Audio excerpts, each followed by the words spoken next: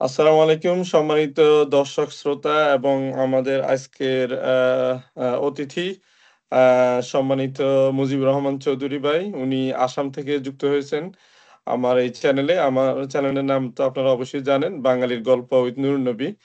তো আমি শুরুতেই সংক্ষিপ্ত আকারে আসামের ইতিহাসটা একটু বলবো। তারপরে আমি আ চলে যাব আসামে সরকারি চাকরিতে মুসলমানরা কেমন আছে? পাশাপাশি সেখানে গ্রামীণ অর্থনীতির অবস্থা কি? বিজেপি ক্ষমতায় আসার পর সেখানে কি কোন ধরনের পরিবর্তন হয়েছে কিনা? পাশাপাশি আমি আপনাদেরকে আরেকটা ইনফরমেশন দেওয়ার চেষ্টা করব যে আসামে যে বাংলা ল্যাঙ্গুয়েজটা আছে, সে কত ধরনের ডায়ালেক্ট আছে। যেমন বাংলাদেশে আমরা জানি যে ময়মনসিংহে একরকম, নোয়াখালীতে একরকম, কুমিল্লায় একরকম। তো আসামে এরকম কত ধরনের বাংলা ল্যাঙ্গুয়েজ চালু আছে, এই বিষয়টাও নিয়ে আসবো। তো আমি শুরুতেই আ মুজিবুর রহমান ভাইকে আ বলবো উনার পরিচয়টা দিতে। উনি একজন সাংবাদিক। উনি লেখালেখি করেন, বিশ্ববিদ্যালয়ে পড়িয়েছেন, কলেজে অধ্যাপনা করেছেন। এখন উনার একটা স্কুল আছে, স্কুল রান করেন। তো উম উনি আমাদের দর্শক শ্রোতার উদ্দেশ্যে যদি উনার পরিচয়টা তুলে ধরেন সংক্ষিপ্ত আকারে, তারপরে আমি আমাদের আলোচনায় চলে যাব। জি, আসসালামু আলাইকুম। অশেষ ধন্যবাদ নবী ভাই আমাকে যুক্ত করার জন্য। শোনা যাচ্ছে তো? জি, হ্যাঁ, শোনা যাচ্ছে। আপনার মাধ্যমে যারা দর্শক শ্রোতা আছেন সবাইকে আমার ধন্যবাদ এবং কৃতজ্ঞতা শুভেচ্ছা। তো আমার পরিচয় তেমন কিছু নেই, যা আছে আপনি বলেছেন। বড় কোনো পরিচয় নেই, লেখালেখি করি। আর তো আপনি পরিচয় দিয়েছেন কিছুটা। আমার একটা দৈনিক পত্রিকা, সেটা পাবলিশার আমি। দুইটা ম্যাগাজিন, সাহিত্য পত্রিকা, সেগুলো সম্পাদনা করেছি এক সময়। এখন এগুলো অনিয়মিত হয়ে গেছে। এবং ভারত, বাংলাদেশ বা ইউকে বিভিন্ন ম্যাগাজিনে, পত্রিকায় আমি লেখালেখি করেছি বিভিন্ন সময়, এখনো করে থাকি। এটাই পরিচয়, এর চেয়ে বেশি কিছু নেই। আচ্ছা। তা আমি সংক্ষিপ্ত আকারে আসামের ইতিহাসটা একটু বলবো এখন। তারপর আমরা আমাদের আলোচনায় মূল আলোচনায় চলে যাব। আসাম আপনারা জানেন যে একসময় আসাম এবং বেঙ্গল বাংলা একসাথেই ছিল। ১৮২৬ থেকে ১৮৭৩ পর্যন্ত আসাম এবং বাংলা একসাথেই ছিল। একই প্রশাসনিক কাঠামোতে ছিল। ব্রিটিশ অ্যা যেই রুল তৎকালীন সেই রুলের আন্ডারে এটা একই অ্যাম একসাথেই ছিল। ১৮৭৪ সালে ব্রিটিশ সরকার তখন আসামকে আলাদা প্রদেশ হিসাবে ঘোষণা করে। তো তারা যেই কাজটা করেছে শুরুতেই আসাম প্রপার এবং আমাদের যে রংপুর আছে, বৃহত্তর রংপুরের একটা এলাকা ছিল গোয়ালপাড়া। সেই গোয়ালপাড়া, আসাম প্রপার এবং কিছু হিলি ডিস্ট্রিক্ট নিয়ে আসাম প্রদেশ গঠন করে ১৮৭৪ সালের আম ৬ ফেব্রুয়ারি। আস হ্যাঁ, আসাম প্রদেশটা গঠিত হয়। তখনও সিলেট বাংলাদেশের সাথেই ছিল। আ তখন সিলেট ছিল ঢাকা বিভাগের অংশ। তো যেহেতু যেকোনো একটা প্রদেশে যদি জনসংখ্যা কম থাকে বা মানুষ কম থাকে, সেখানে অর্থনৈতিক কর্মকাণ্ড কম হয়। অর্থনৈতিক কর্মকাণ্ড কম হওয়া মানে সেখানে সরকার খাজনা কম পায়। স্বাভাবিকভাবেই এটা সরকারের জন্য লাভজনক না। তখন তারা সিদ্ধান্ত নিল যে সিলেটকে বেঙ্গল থেকে আলাদা করে আসামের সাথে দিয়ে দিবে। এইটা কিন্তু সিলেটের মানুষ এই সিদ্ধান্ত পছন্দ করে নাই। তারা ব্যাপক আন্দোলন সংগ্রাম করছে।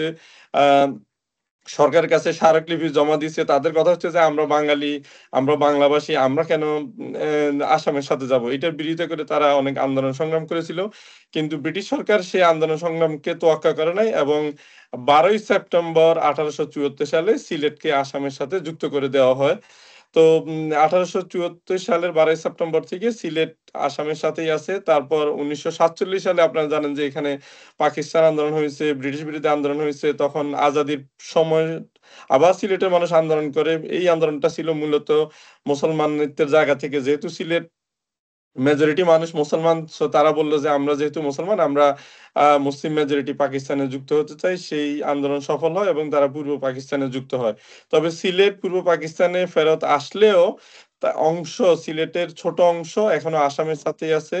আ করিমগঞ্জ, হাইলাকান্দি এই এলাকাগুলো এখনোই আসামের সাথে আছে। আ রংপুরের বৃহত্তর রংপুরের যে গোয়ালপাড়া সেটা এখনো আসামের সাথেই আছে। আমাদের আজকের অতিথি সম্মানিত মুজিব ভাই, মুজিবুর রহমান চৌধুরী, উনিও সেই সিলেটের যে অংশটুকু আসামের সাথে রয়ে গেছে সেই অংশেরই বাসিন্দা। উনি করিমগঞ্জের মানুষ। তো আমি সংক্ষিপ্ত আকারে আসামের ইতিহাসটা বললাম। এটা অনেক লম্বা আলোচনার বিষয়। আজকে আমাদের আলোচনা আসলে আসামের ইতিহাস না। আমরা আসামের বাংলা ভাষা, সেখানকার এই বিজেপির এই শাসনে সেখানকার মানুষ কেমন আছে সেগুলাকে আমরা তুলে ধরতে চাই। তো মুজিব ভাই আপনি একটু বলেন তো আসামে কত রকমের বাংলা ভাষা আছে? বাংলাদেশে তো আমরা জানি যে বিভিন্ন এলাকায় বিভিন্ন ডায়ালেক্ট আছে। তো আসামে আসলে কোন, কোন মানে বাংলার যে ইয়াগুলা কোন, কোন ডায়ালেক্ট গুলো আছে সেটা একটু বলেন। আসলে মানে আমি একটু মানে পেছন দিকে যাচ্ছি আর কি। 1874 সালে যখন ইয়ে হয়, আসাম প্রদেশ হয়, সেটা ছিল চিফ কমিশনার শাসিত আসাম প্রদেশ, মানে পুরোপুরি প্রদেশ ছিল না তখনও। হম। জি, আর 1874 সালে যখন আসাম প্রদেশ গঠিত হয়, এর আগে 1866 সালে, হুম, 1866-এ উড়িষ্যায় খুব বড় একটা ঘূর্ণিঝড় হয়েছিল, সাইক্লোন হয়েছিল। তখন তৎকালীন বড়লাট এবং তৎকালীন চুটলার যারা ছিলেন, প্রশাসক ছিলেন ব্রিটিশ, তারা ভাবলেন যে এত বড় একটা প্রদেশ, বঙ্গপ্রদেশকে এভাবে শাসন করা সম্ভব নয় কলকাতায় বসে, তাহলে একটা ইয়ে করে। তখন 1874 সালে 20 লক্ষ জনসংখ্যা বিশিষ্ট আসাম প্রদেশ গঠিত হয়। সেই জি, আসাম প্রদেশ আপনি যেটা বলেছেন, খাজনার জন্য, রাজস্বের জন্য সিলেটকে এখানে অন্তর্ভুক্ত করা হয়, তখন অনেক আন্দোলন হয়েছিল। আর সিলেটে যে গড়িটা আছে আলী আমজদের গড়ি বিখ্যাত, সেই সুরমা নদীর মানে এপ্রুচের কাছে যে আলী আমজদের গড়ি আছে, সেই আলী আমজদের গড়িটা কিন্তু 1874 সালে প্রীতিম পাশার জমিদার নির্মাণ করিয়েছিলেন তার ছেলে আলী আমজদের নামে। আলী আমজদের বাবা সেটা নির্মাণ করিয়েছিলেন। যাই হোক, সেটা হচ্ছে প্রথম বাংলা ভাগের মানে সাক্ষী আর কি, 1874 সালে সেই আলী আমজদের গড়িটা। তো আপনার প্রশ্নের উত্তরে আসছি। তো বর্তমানে অসমে যা আমরা আসামও বলি, অসমও বলি আর কি। জি, অসম সরকার এটাকে অসমই করে দিয়েছে। আগে ছিল আসাম, তো এখন অসম বলা হয় জেনারেলি। দেখো, আমি হুম, আসাম অসম দুটোই বলতে পারি, আপনারা জি, কনফিউজ হবেন না। হম। হ্যাঁ, তো আসামে বা অসমে বাংলাভাষী বলতে আসলে আপনি যা বলেছেন ঠিকই আছে, কিন্তু গোয়ালপাড়িয়া বাংলাভাষী কম আছেন। বেশিরভাগ সিলেটি বাংলাদেশি বাঙালি আর কি। মানে সিলেটি ল্যাঙ্গুয়েজটাই বেশি। সিলেটি ল্যাঙ্গুয়েজটাই প্রমিনেন্ট এখানে। ধরুন বরাক উপত্যকার 3টা জেলা আছে, করিমগঞ্জ, খাচার, হাইলাকান্দি, এই হুম, 3টা জেলা আছে। তারপরে হোজাই আছে, নগাঁও আছে, এসব অঞ্চলে কিন্তু সিলেটের লোকজন থাকে বেশি। জি, গুয়াহাটিতেও সিলেটের লোকজন থাকে। কিন্তু বরপেটা বা অন্যান্য অংশে কিছু ময়মনসিংহের লোকজন থাকেন, তারা ময়মনসিংহ ভাষায় কথা বলেন, অনেকে আবার আসামিজ কথাও বলেন। তো আপনি মানে নতুন কেউ বলতে পারবেন না কোন লোকটি মানে ময়মনসিংহ বা কোন লোকটি আসামিজ, কারণ ওই যে ভাষাগত একটা ইয়ে হয়ে গেছে না। যদি আমি জি, বাংলা বলি তাহলে বাংলাদেশি বলে টেক করে দেওয়া হবে, যদি আমি হুম, সিলেটি বলি তাহলে সিলেটি টেক করে দেওয়া হবে। তো সবাই চায় আর কি, মানে বরাক উপত্যকার বাইরে যেই যায় সেই হয়তো আসামি, নাহলে হিন্দি, নাহলে ইংলিশ, এরকম কোনো ভাষায় কথা বলতে চেষ্টা করে আর কি। তো আচ্ছা, আচ্ছা। একজ্যাক্ট বলা সম্ভব নয় যে মানে রংপুরে বা গোয়ালপাড়া মানুষ কতজন মানে এই ভাষায় কথা বলেন, বা কতজন না আমি নোয়াখালী আসলে ভাষায় কথা বলেন। মূল বিশেষ অ্যাকসেন্ট আরকি। যেমন সবাই তো আর প্রমিত বাংলায় কথা বলে না। মানুষ আঞ্চলিক টোনেই হুম কথা বলে। তো সেখানে হুম সিলেটি হুম যে আঞ্চলিক বাংলা সেটা আছে। আর আরেকটা হুম আমি দর্শক শ্রোতার উদ্দেশ্যে আরেকটা কথা বলে নেই। বাংলাদেশের রংপুরের সাথে আসামের বর্ডার আছে। আর সিলেটের সাথে আসামের বর্ডার আছে। এবং মেঘালয়কে আলাদা প্রদেশ করার আগে ময়মনসিংহের সাথেও সিলেটের আসামের বর্ডার ছিল। তো স্বাভাবিকভাবেই বর্ডার এলাকার ওই পাশে এই পাশের মানুষ ওই পাশে, ওই পাশের মানুষ এই পাশে, এটা ঐতিহাসিকভাবেই তো মানুষের যাতায়াত ছিল বা আছে। আরেকটা হচ্ছে যে কৃষিকাজের জন্য যেহেতু অসমীয়ারা কৃষিকাজে পারদর্শী ছিল না, স্বাভাবিকভাবেই ব্রিটিশরা আমাদের বাংলা থেকে অনেক কৃষককে বিশেষ করে ময়মনসিংহ এলাকা থেকে অনেক কৃষককে আসামে নিয়ে যায় কৃষিকাজের জন্য। যেরকম আমরা দেখি যে মালয়েশিয়ার জনসংখ্যার 10% হচ্ছে ইন্ডিয়ান। তো এদেরকে ব্রিটিশরা তখন কাজের জন্য নিয়ে গেছে এবং আমরা এখন দেখি যে উগান্ডা, কেনিয়া, তানজানিয়া এই দেশগুলো তো প্রচুর ইন্ডিয়ান আছে, গুজরাটি আছে। কেন আছে? কারণ ব্রিটিশরা তখন পুরোটাই ব্রিটিশ শাসনে ছিল। তারা এখান থেকে তাদের প্রয়োজনে ইন্ডিয়া থেকে উগান্ডা, কেনিয়া, তানজানিয়া এই দেশগুলোতে অনেক ইন্ডিয়ানদেরকে নিয়ে গেছিল এবং এরা এখন ওদের বংশধর এখনো ওইখানেই আছে। উগান্ডাতে, কেনিয়া, তানজানিয়াতে। এটা কোনো ইস্যু না। মালয়েশিয়া তো 10% মালয়েশিয়ান জনগোষ্ঠী ইন্ডিয়ান অরিজিন। এদেরকে ব্রিটিশরা নিয়ে গেছিল। তো এরকম বাংলাদেশ থেকেও ময়মনসিংহের এই পারটা তো বেঙ্গল, ওই পারে ছিল আসাম এবং 1874 সালের আগে তো পুরোটাই বেঙ্গল। ফলে মানুষের আসা যাওয়া ছিল। যদিও এখন এটাকে অনেকে একটা বিশাল ইস্যু বানিয়ে ফেলছে যে কেন বাংলাদেশিরা ওইখানে। এটা তো আসলে তখন একই প্রদেশ ছিল, একই সরকারের অধীনে ছিল। হুম মানুষ তো জি, এই পাশে মানুষ ওই পাশে সেটাই। যাইতেই পারে। গেছে। আর আরেকটা যেটা বললাম যে কৃষিকাজের জন্য ব্রিটিশরা এখান থেকে কিছু কৃষককে ইন্সপায়ার করছে যে তোমরা এদিকে আসো, খালি জায়গা জমিন আছে, চাষাবাদ করতে পারবা। তো সে কারণে ময়মনসিংহের কৃষক আছে ওইখানে ওই সময় গেছিল আরকি ব্রিটিশ শাসন আমলে। তো তো যতটুকু এই আমরা মুজিব ভাইয়ের কথা বুঝলাম বা আমার যতটুকু জানাশোনা সেখানে সিলেটি অ্যাকসেন্টের বাংলা আছে আসামে। রংপুরের পাশে যেটা গোয়ালপাড়া সেখানে রংপুরের অ্যাকসেন্টে আছে, ময়মনসিংহের অ্যাকসেন্টের বাংলা বলে মানুষ। মোটামুটি এগুলাই বাংলা বলতে। আচ্ছা এবার আমরা আসি আসামের সরকারি চাকরিতে আসলে বাঙালি মুসলমানরা কেমন আছে, কি কি সুযোগ সুবিধা বা তাদের জনসংখ্যা, তো আমি যতটুকু জানি আসামের জনসংখ্যার 34% মুসলমান।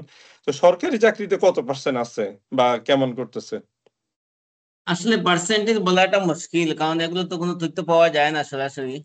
তবে হুম 2010 সাল পর্যন্ত মৌ চুক্তি ছিল। আগের যে জি, সরকার ছিল সেটা মৌ চুক্তি করে রেখেছিল, মানে অসমে কোনো সরকারি চাকরি হবে না। সেই অনুযায়ী 2010 সাল পর্যন্ত প্রায় 10-15 বছর কোনো সরকারি চাকরি হয়নি। হুম স্কুল বা কোনো সরকারি কার্যালয়ে কোনো চাকরি হতো না 2010 সাল পর্যন্ত। হুম 2010 সালে প্রথম সরকারি মাধ্যমিক স্কুলগুলোতে কন্ট্রাকচুয়াল কিছু সংখ্যক সরকারি চাকরি হয়, যেগুলো রেগুলার হয়েছে গত ফেব্রুয়ারিতে, প্রায় 15 বছর পর। হুম এরপরে চাকরি বাজার খুলে তখন চাকরি হয় কিছুটা, সেখানে মুসলিমরাও পেয়েছে, তুলনামূলক কমই পেয়েছে।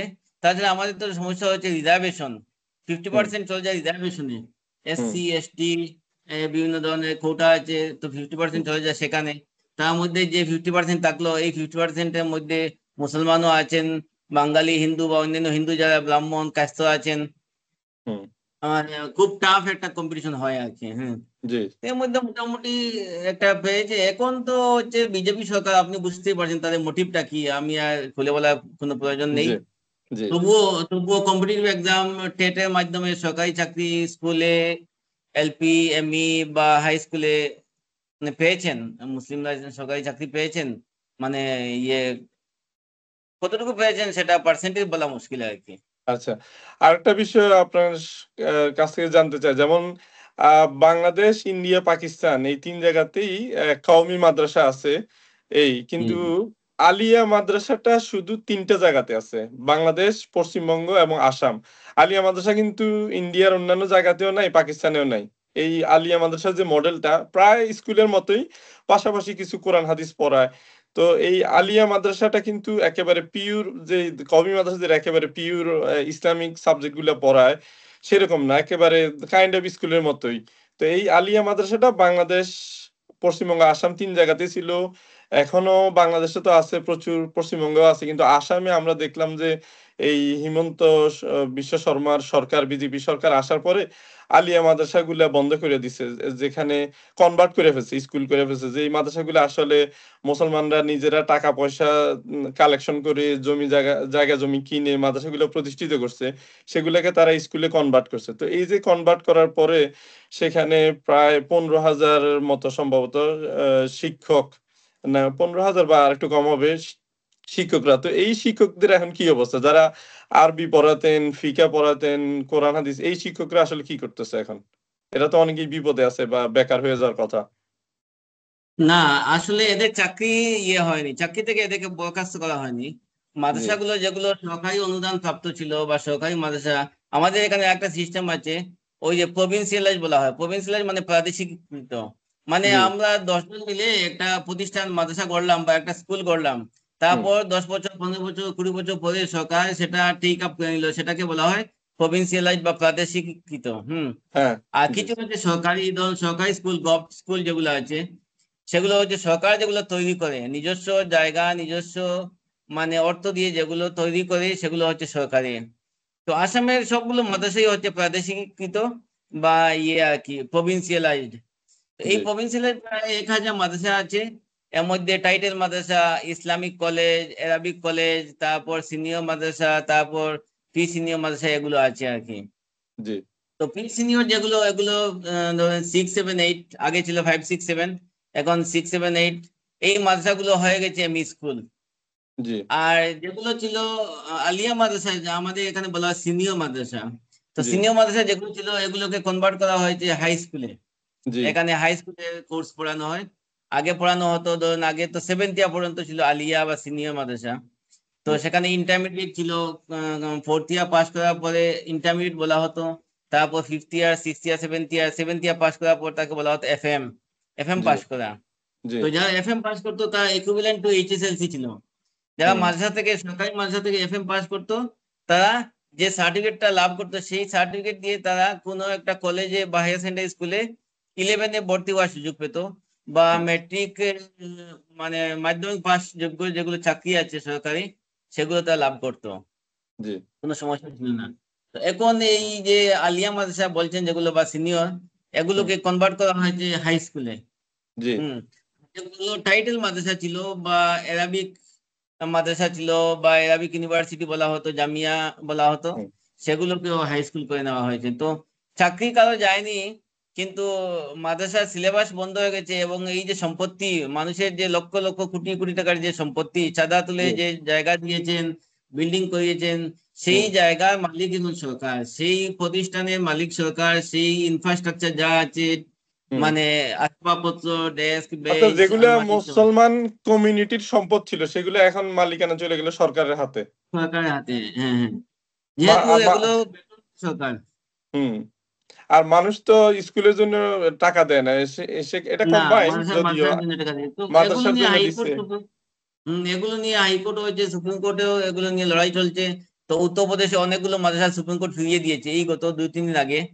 জি। এই জমিয়ত উলামা হিন্দ এগুলো নিয়ে আর্গুমেন্ট করেছে এবং এগুলো নিয়ে ইয়ে হয়েছে। তো সরকারকে বলা হয়েছে যে ফিরিয়ে দিতে মাদ্রাসাগুলো আর কি। তো আসামে এরকম হতে পারে, হওয়ার সম্ভাবনা আছে। আচ্ছা, আচ্ছা। তো আমি আম এক খুবই সংক্ষিপ্ত আকারে এনআরসি নিয়ে একটু আপনার কাছে শুনতে চাই। এনআরসি তে যেমন বলা হয়েছিল যে আপনার উম আ প্রচুর বাংলাদেশী লোক, মানে বিশেষ করে বাঙালি মুসলমানদেরকে সমানে বাংলাদেশী ট্যাগ দেওয়া হইতো, এবং আমরা পত্রিকায় দেখেছি একসময় বলা হইতো যে প্রায় ৮০ লাখ অবৈধ বাংলাদেশী আছে। পরে বলল যে ৪০ লাখ। তো শেষ পর্যন্ত আসলে এনআরসির কত লাখ মানুষকে এরকম অবৈধ, অবৈধ বলতে হয়তো অনেকেই কাগজপত্র প্রপার জমা দিতে পারে না। এইজন্য হয়তো তাকে বলতেছে অবৈধ। এরকম কতজন বাঙালি মুসলমান বা মুসলমানরা এরকম বাঙালি এই মুসলমানের কথা এখনো ইয়ে করা, মানে এক্স্যাক্টলি বলা যাবে না, যেহেতু এটা ইয়ে করা হয়নি। হুম, এমনিতে 19 লক্ষের অধিক ১৯ এখনো লক্ষের যাদের মধ্যে নাম তো এনআরসিতে নেই। ১৯ লক্ষের মধ্যে তো সম্ভবত দে দে ২ লাখ আছে আপনার অন্যান্য ভারতের অন্যান্য প্রদেশ থেকে আসা। হুম, হুম, তারপরে হুম, ১২ লাখ আছে বাঙালি মুসলমান। একদম হুম, সরি, বাঙালি হিন্দু আছে ১২ লাখ। হুম, মানে হুম, কিন্তু বাঙালি মুসলমানদের সবচেয়ে কম নাকি? সবচেয়ে কম। সবচেয়ে কম ২-২.৫ লাখ মনে হয়। আসলে এটা একটা মানে প্রোপাগান্ডা, একটা প্রোপাগান্ডা যে বাঙালি মুসলমানদেরকে অপদস্থ করার জন্য। দেখুন না, 1947 সালে যখন দেশ ভাগ হয়, এর আগের ঘটনার পরম্পরা দেখুন। 1935 সালে যে ভারত শাসন আইন ছিল, সেই ভারত শাসন আইন অনুযায়ী 1936 সালে যে প্রাদেশিক নির্বাচন হলো, সেই হুম। নির্বাচনে পশ্চিম বাংলায়, বঙ্গদেশে, অখণ্ড বঙ্গদেশের প্রধানমন্ত্রী হলেন কে? শেরে শেরে বাংলা বাংলা। ফজলুল হক। আর আপনাদের ওইখানে হইল আসামে হলেন সাদউল্লাহ। সাদুল্লাহ, বিহারে হলেন মোহাম্মদ ইউনূস, তিনজনই মুসলিম। হুম। সুতরাং একটা আতঙ্ক ছিল অসমিয়াদের, জাতীয়তাবাদী যারা ছিল তাদের মনে একটা আতঙ্ক ছিল, যদি দেশ ভাগ না হয় তাহলে অসম এবং বঙ্গটা ছিল সি গ্রুপে। হুম। ক্যাবিনেট মিশন প্ল্যান কি বলেছিল? বলেছিল যে বঙ্গ এবং আসাম থাকবে সি গ্রুপে, আর সি গ্রুপে হলে এখানে মুসলিম অধ্যুষিত থাকবে, এবং হুম। মুসলিম অধ্যুষিত হলে হুম। এখানকার রাজনীতিটা চলে যাবে মুসলমানদের হাতে, বাঙালি মুসলমানদের হাতে। তো হুম। পশ্চিমবঙ্গে এটাই হলো, পশ্চিমবঙ্গকে ভাগ করা হলো, হুম। আসামকে ভাগ করা হলো। তার মূল কারণটা হচ্ছে বাঙালি মুসলমানদের, বিশেষত বাঙালি হিন্দুদেরও বলা যায়, কারণ বাঙালি হুম। মুসলমান হয়তো হিন্দুদের লাভ হতো। হুম। হ্যাঁ, বাঙালি হিন্দু মুসলমান উভয়ের লস হয়েছে এই দেশ ভাগের কারণে। কারণ বৃহত্তর যে সিলেটটা ভাগ হয়েছে, এখানে ছিল মুসলিম অধ্যুষিত, এবং বৃহত্তর যে অসম রাজ্য ছিল, আসাম রাজ্য ছিল, সেই আসাম রাজ্য বা আসাম প্রদেশের মানে প্রথম বেশিরভাগ প্রথম জনসংখ্যা প্রধানমন্ত্রী তো ছিল সাদউল্লাহ মুসলমান। সাদুল্লাহ, এবং জনসংখ্যা বেশি ছিল এই সুরমাবেলিতে। জি, জি। সুরমাবেলিতে তখন ছিল মৌলভীবাজার, সিলেট, হবিগঞ্জ, সুনামগঞ্জ, করিমগঞ্জ, তারপরে ছিল হাইলাকান্দি, কাছাড়। হুম। জি। এরপরে ছিল গোয়ালপাড়া, ধুবড়ি, তারপরে ছিল আপনার হোজাই, নোয়াগাঁও। এসব মিলিয়ে বাঙালি মুসলমানরা জনসংখ্যা অধিক হয়ে যাবে, সংখ্যাগরিষ্ঠ হয়ে যাবে। তো সংখ্যাগরিষ্ঠ হয়ে গেলে মুখ্যমন্ত্রী মুসলিম হবেন, এটাই ছিল হুম। স্বাভাবিক। এই আতঙ্ক কাজ করেছিল অসমিয়া জাতীয়তাবাদী একটা শ্রেণীর মধ্যে। এমনকি গোপীনাথ বরদলৈও ওই যে 6 এবং 7 জুলাই যে রেফারেন্ডাম হলো, হুম। সেই রেফারেন্ডামে গোপীনাথ বরদলৈ পর্যন্ত বা কংগ্রেস এটা ইয়ে ছিল আর কি, মানে তারা বলে চেয়েছিল চলে বলে কলে কৌশলে সিলেট, সম্পূর্ণ সিলেটটা পাকিস্তানে চলে যাক, হুম, তখন এখানকার মুসলিমরা আর ইয়ে হতে পারবে না। এটাই হয়েছে এখন।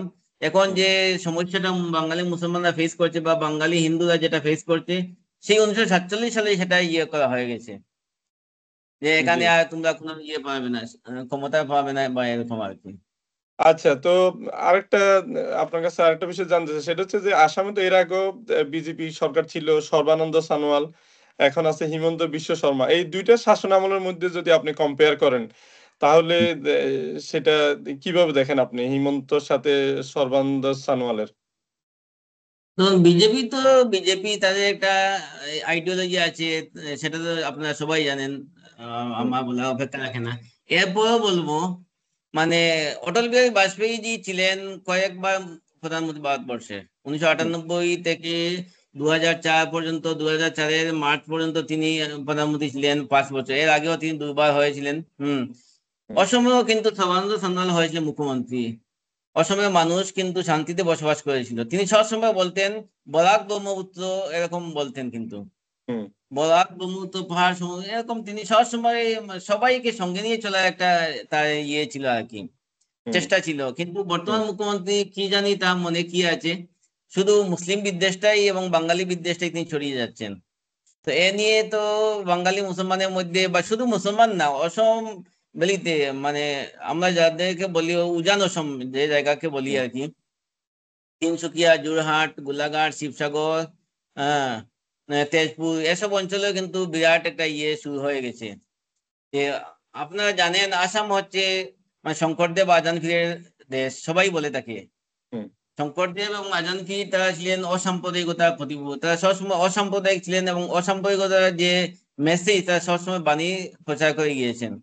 তো সেই শঙ্করদেব এবং আজান ফকিরের দেশে এরকম সাম্প্রদায়িক বিভাজনটা, মানে সেকুলার যেসব হিন্দু আছেন তারা তো মানতে পারছেন না, বা হুম। আমরা তো মেনে নিতে পারছি না, কিন্তু মেনে নিতে হচ্ছে আর কি। হ্যাঁ, মানতে বাধ্য হচ্ছেন। আচ্ছা, আর এই যে সরকারি চাকরিতে তো এমনিই মুসলমানরা পিছানো আছে আমরা জানি অসমে। তো গ্রামীণ অর্থনীতিতে মুসলমানদের একটা ভালো অবস্থা ছিল। এখন গ্রামীণ অর্থনীতিতে আসলে সেখানকার বাঙালি মুসলমানরা কেমন আছে? বিশেষ করে আপনার এই যে গরু জবাই করা যায় না মন্দিরের একটা এত ৫ কিলোমিটারের মধ্যে সম্ভবত, বা সুপারি বিজনেস আগে, গাছের যে কাঠের ব্যবসা, এই সামগ্রিক যে গ্রামীণ অর্থনীতি, এটা এখন কোন অবস্থায় আছে আসলে? আসলে যারা দেখতে নাই তার চলন বাঁকা একটা কথা আছে। হুম তো বাঙালি মুসলমান যারা বা বাঙালি হিন্দু যারা গ্রামাঞ্চলে বসবাস করে, তাদের প্রধান অর্থনীতি নির্ভর করে দান, ওই যে আমন দান বা সুপারি বা এরকম গরু ছাগল এগুলো চাষবাস করে, মূল কৃষি কেন্দ্রিক আর কি। হুম, তো গত ক বছর ধরে মানে কি জানি একটা ইয়ে হয়েছে, মানে যত সুপারি মানুষের বাড়ির সুপারি হোক বা কেনা ব্যবসায়ের সুপারি হোক, সবগুলোকে কি করা হয়, সবগুলো বলা হয় বার্মি সুপারি, অবৈধ, এগুলো ইলিগেল বার্মি সুপারি বলেই সবগুলো সুপারি সিল করা হয়, তারপর পুড়িয়ে ফেলা হয়, তারপর এই সেই করা হয়। তো এখানে বাঙালি হিন্দু মুসলমান বা শুধু হিন্দু মুসলমান না, অসমিয়া যারা আছে, আপনারা দেখবেন বিভিন্ন ভিডিওতে গত মানে কুরবানির ঈদের আগে কয়েকটা ভিডিও দেখেছি, এরা অসমিয়া মানুষ, এরা প্রতিবাদ করছে, আমরা শত শত গরু লালন পালন করছি। হুম এগুলো তো কুরবানি ঈদে বিক্রির জন্য, এখন যদি এগুলো কুরবানিতে নিষিদ্ধ হয়ে যায়, গরু হত্যা নিষিদ্ধ হয়ে যায়, তাহলে আমরা এতগুলো গরু কি করব? হুম। এগুলো শুধু মুসলিমদের সমস্যা নয়, সমস্যা হচ্ছে মানে অর্থনীতির সমস্যা আপাতত। মানে মানে মুসলমানদেরকে টার্গেট করতে যেয়ে তারা আসলে অন্য, মানে হিন্দু ধর্মের যারা দরিদ্র মানুষজন আছে তাদেরকেও বিপদে ফেলতেছে। সবাই বিপদে পড়ে গেছে আর কি। আর হুম, মুসলমান তো কোনোদিনও না, আপনি রবীন্দ্রনাথ ঠাকুরের উপন্যাস, ঘরে বাইরে উপন্যাস দেখবেন, সেখানে রবীন্দ্রনাথ ঠাকুর নিখিলেশ জমিদার ছিল, নিখিলেশও বলছে যে এখানে হিন্দু মানুষ আছেন, তোমরা একটু দেখে শুনে ইয়ে করবে। মুসলমানরা সব দিনই একটু রেখে ডেকে, এটা কোনো আইনের বিষয় নয়, একটা মানবিক কারণেই সবাই রেখে ডেকে, যতদূর সম্ভব রেখে ডেকে কুরবানি করে, এটাই মানে এটা প্রথা হয়ে গেছে দীর্ঘদিন ধরে, এখন থেকে নয়। তো সরকার এখানে অযথা একটা হস্তক্ষেপ করছে এবং মানুষের মধ্যে একটা ইয়ে উস্কে দিচ্ছে, কেউ সবাই না, যে এরকম করা যাবে না, ওরকম করা যাবে না, এই না সেই না। তো হাইকোর্ট এটাতে ইয়ে দিয়েছে, স্থগিত মানে বাতিল করে দিয়েছে সরকারের আইনকে, যে কুরবানি করা যাবে এবং একটু রেখে ডেকে, যেভাবে মুসলিমরা আগে থেকে করছিল সেভাবেই করতে পারবে। মন্দিরের আশপাশে কোনো কুরবানি হবে না, গরু কুরবানি হবে না, বা এরকম করা যাবে না আর কি, যেটা আগেও হতো না। এই আইন হওয়ার আগেও মুসলমানরা কিন্তু রাস্তায় প্রকাশ্যে কোনোদিনও গরু জবাই করেনি, এখনো করে না, করার একটু প্রশ্নই ওঠে না। একটু আড়ালে করতো আর কি। এটা তো মানবিক কারণ, একজন হ্যাঁ, পছন্দ হ্যাঁ। করে না তাহলে তার সামনে তো এসব হত্যা করা উচিত না। আচ্ছা, আপনাদের সুপারির বাজারটা নিয়ে একটু বলেন তো, এটা কি অনেক বিশাল বাজার নাকি, মানে কত টাকার ব্যবসা, বা এটা হ্যাঁ, কত বড় আমাদের বাজার? এখানে বাঙ্গা, যেখানে চাপঘাট বলা হয়, চাপঘাটের সুপারি মানে বিখ্যাত। হুম। হুম। তো এই চাপঘাট বা বাঙ্গা বাজারে কয়েক কোটি টাকার বিজনেস হয় এই মরশুমে। কিন্তু গত সুপারির। 3-4, সুপারি বিজনেস হয় কয়েক কোটি টাকা। এখান থেকে ভারতবর্ষের বিভিন্ন অঞ্চলে সুপারি করা হয়, সাপ্লাই দেওয়া হয়, রপ্তানি করা হয় আর কি। তো গত কয়েক বছর ধরে ওই যে বার্মিজ সুপারি ট্যাগ লাগিয়ে মানে মানুষের ওই যে সুপারি বাজারটা ধ্বংস করা হয়েছে, মানুষ সুপারি কিনতে পারে না, সুপারি বিক্রি করতে পারে না, গরু কিনতে পারে না, গরু বিক্রি করতে পারে না, এমনকি গরুর তারপরে আদার কাটা হচ্ছে। কাঠের ব্যবসাও তো, মানে অনেক খাস জমিতে অনেকে দরিদ্র মানুষজন কাঠের হ্যাঁ, ব্যবসায় কাঠের গাছ ব্যবসা তো লাগাইতো। আগে থেকে নেই, এগুলো তো সেগুন কাঠ তো টোটালি প্রহিবিটেড, এগুলো তো আইন আগে থেকেই আছে, সেগুলো সমস্যা না। হুম। মানে অবৈধ যা বন্ধ করার কোনো আপত্তি নেই, কিন্তু বৈধ যেসব ব্যবসা বাণিজ্য আছে এগুলো বন্ধ করার ফলে কি হচ্ছে, মানে মানুষের অর্থনীতি খুব হচ্ছে আর কি, আর মার সুপারি তো খেয়েছে। কোনো ধর্মীয় বিষয় না, গরু না হলে আমরা না। মানলাম যে হিন্দু হুম। ধর্মের এর একটা স্পর্শকাতর বিষয়, কিন্তু সুপারি তো কোনো ধর্মীয় বিষয় না, হিন্দুদের কিছু না। হুম। তো সুপারির ব্যবসাও যদি বন্ধ করে দেয়, মানে এইটা তো একটা চরম একটা মানে বৈষম্য মুসলমানদের প্রতি আসলে। না, শুধু মুসলমানদের বলবো না, ওই যে গত 2-3 দিন আগে আমাদের আসামের এডুকেশন মিনিস্টার বললেন রাজ্য চালাতে হলে মদের দোকান বাড়াতে হবে, হুম। মদের লাইসেন্স বেশি করে দিতে হবে। অনবরত মদের লাইসেন্স দেওয়া হচ্ছে, কার জন্য দেওয়া হচ্ছে? এখানে তো হিন্দু মুসলিম সমান, হুম। তো কার জন্য হুম। করা হচ্ছে? আসলে এক শ্রেণীর হিন্দুকে এমন ভাবে ভুলভাবে বোঝানো হচ্ছে যে আমরা হিন্দুদের জন্য কিছু করছি, আসলে হিন্দুদের জন্য ওরা কিছুই করছে না। নাহলে হিন্দু ধর্ম তো মদ নিষিদ্ধ, তাহলে হুম। গরিব মানে তাহলে অলিতে গলিতে। সুপারিতে সমস্যা কি? হ্যাঁ। বলতেছি তাইলে সুপারিতে সমস্যা কি? সুপারি তো কোনো ধর্মীয় কিছু না। না, মূল কথা হচ্ছে মানে মানুষকে অশান্তিতে রাখা, হুম। মানুষকে অস্থির করে রাখা। ওই যে একটা ডকুমেন্ট আধারের সঙ্গে প্যান কার্ডের লিঙ্ক করো, আধারের সঙ্গে ভোটার আইডি লিঙ্ক করো, লাইসেন্সের লিঙ্ক করো, এই করো সেই করো, মানুষকে শুধু ব্যতিব্যস্ত করে রাখা, মানুষ যাতে অন্যায়ের বিরুদ্ধে, সরকারের বিরুদ্ধে কথা বলার মতো সময় না পায়, সুযোগটা না সুযোগ পাক। না পায়, সুযোগটা না পায়। আচ্ছা। এদেরকে হিন্দু মুসলিম ভাগ করে রাখো। হুম। হিন্দু মুসলিম, হিন্দুরা হিন্দু চিন্তা করবে, মুসলিমরা মুসলিমের চিন্তা করবে। তো ঐক্যবদ্ধভাবে কোনো চিন্তা করার কোনো সুযোগ আসবে না আর কি। হুম। এটাই আচ্ছা ডিভাইড এন্ড রুল। হুম, হুম। আচ্ছা, আমরা আর বেশি লম্বা করব না। আমি আ এ তো আমরা জানলাম আসলে আসামের এই যে গ্রামীণ অর্থনীতির উপরে হিমন্ত বিশ্ব শর্মা সরকার যে নতুন পলিসি গুলা, বা এটাকে বার্মিজ বা মিয়ানমারের সুপারি বলে মানুষকে ক্ষতিগ্রস্ত করা, সেটা আমরা জানলাম। তো কিছু আশার আলো শুনতে চাই। আসামের আ বাঙালিদের বা বাঙালি মুসলমানদের আশার আলো কোনটা? কোনটা দেখে আমরা আশান্বিত হতে পারি যে ভালো হ্যাঁ, হচ্ছে এই আশার জায়গাটা? আলো আছে, অবশ্যই আছে। হ্যাঁ, আশার আলো হচ্ছে ওই যে সরকার যে মাদ্রাসাগুলো বন্ধ করে স্কুল বানিয়েছিল, হুম। এখন কি হয়েছে, মাদ্রাসায় সাধারণত আপনারা জানেন মেধাবীরা পড়ে, হুম। মাদ্রাসায় মেধাবীরা পড়ে। এখন কি হয়েছে, এই মেধাবী গুলো মাদ্রাসায় পড়ার সুযোগ পাচ্ছে না, এগুলো স্কুলে পড়ছে, স্কুলে পড়ে এগুলো কি হচ্ছে, মেডিকেল এন্ট্রান্স পাস করছে, ইঞ্জিনিয়ারিং এন্ট্রান্স পাস করছে, তারা ইঞ্জিনিয়ার হচ্ছে, মেডিকেল ডাক্তার হচ্ছে, এমবিবিএস হচ্ছে। লাভ হয়েছে, মানে সাপে বড় হয়েছে আর কি। হুম। মাদ্রাসা বন্ধ ছড়াই হওয়াতে যাচ্ছে। আগে এরা মাদ্রাসায় পড়ে মাদ্রাসার গণ্ডির মধ্যে থাকতো। এখন এরা মেইন স্ট্রিমে চলে যাচ্ছে। মেইনস্ট্রিমে আগেও ছিল, আগে মাদ্রাসা পড়ে এগুলো কি হতো, মাদ্রাসা এফএম বা ইন্টারমিডিয়েট পাস করে এরা স্কুলে এসে পড়তে হতো, 2-3 বছর হুম। এক্সট্রা পড়তে হতো হুম। মাদ্রাসায়। এখন ডাইরেক্ট এসে স্কুলে পড়ছে, স্কুল থেকে ডাইরেক্ট ও হায়ার সেকেন্ডারি সায়েন্স পড়ছে, সায়েন্স পড়ে ও নিট কোয়ালিফাই করছে, নিট কোয়ালিফাই করে মেডিকেলে চলে যাচ্ছে। হুম। এটাই তো হচ্ছে মানে পজিটিভিটি। আচ্ছা, আচ্ছা। শিক্ষা-দীক্ষা আগায় আসতেছে। হ্যাঁ, বা মানে শিক্ষা তো যত আগেও মানে ছিল। চাপের এখন মেইন মধ্যে, স্ট্রিমে যাচ্ছে। জি। হ্যাঁ, যত চাপের মধ্যে থাকবে তত লাভ হবে। আমি মনে করি কি জানেন, আমি একটু হুম। উল্টো কথাই বলছি, মানে হুম। সরকার যত মুসলমানদেরকে প্রেসারে রাখছে তত মুসলমানরা সুযোগ খুঁজছে, ভালো সুযোগ খুঁজছে। হুম। আমার তার বিকল্প নেই, আমাকে এখন পড়তে হবে, লিখতে হবে, আমাকে ডাক্তার ইঞ্জিনিয়ার হতে হবে, আমাকে সায়েন্টিস্ট হতে হবে। তো হুম। সায়েন্টিস্টও হচ্ছে, মানে ডাক্তার হচ্ছে, অসংখ্য ডাক্তার ইতিমধ্যে তৈরি হয়ে গেছে বলা বলি।